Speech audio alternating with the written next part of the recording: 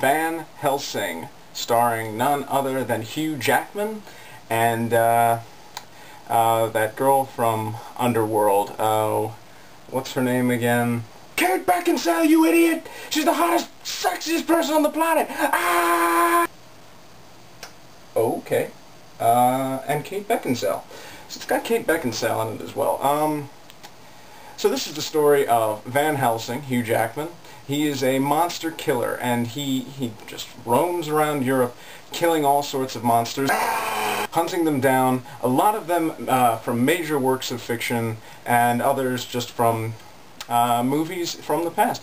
But what's interesting about Van Helsing is, as terrible a movie as it actually is, and don't get me wrong, the acting is miserable. It is disgusting. It's horribly bad. They make up for it in the fact that most of the monsters in the movie are reimaginings of ones that you're more familiar with. Like Frankenstein is slightly closer to his literature form, in which he is not green, but he is in fact yellow, just like he is in the book. He's very strong. He's still fairly clunky. He does have super speed in the book. I know. I didn't know either. Now the thing about Van Helsing is, I mean, aside from its awful, miserable acting, I was under the impression, for most of the time that I was watching, I just picked it up the other day, again, I haven't seen it in a while, that it was directed by Michael Bay. So many explosions in it. Horse-drawn carriages, okay, they're carriages drawn by horses. There is no fuel in a horse-drawn carriage, and somehow Van Helsing manages to blow up 2 of them. Not just 1, but 2. At one point, the werewolf strikes the top of the carriage with his claws, and it bursts into flames. It just explodes in a fiery death ball, rolls, and explodes in a gigantic fireball. Now, I'm not saying that's totally unbelievable. Oh no, he did not.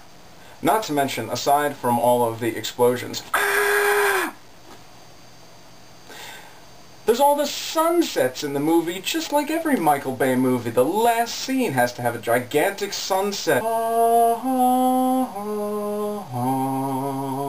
where he sees the face of dead Kate Beckinsale. Yes. She'll be back. She's a vampire.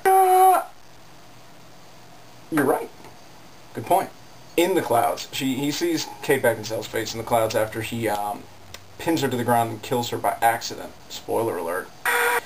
You guys should probably stick with seeing movies like the classic old monster movies if you're going to see monster movies. I mean, this Saw crap with number 6 coming out this year. Have there really been 6 Saws? Is that little puppet bastard still not dead? I may be dead, but my disease carries on. Seriously?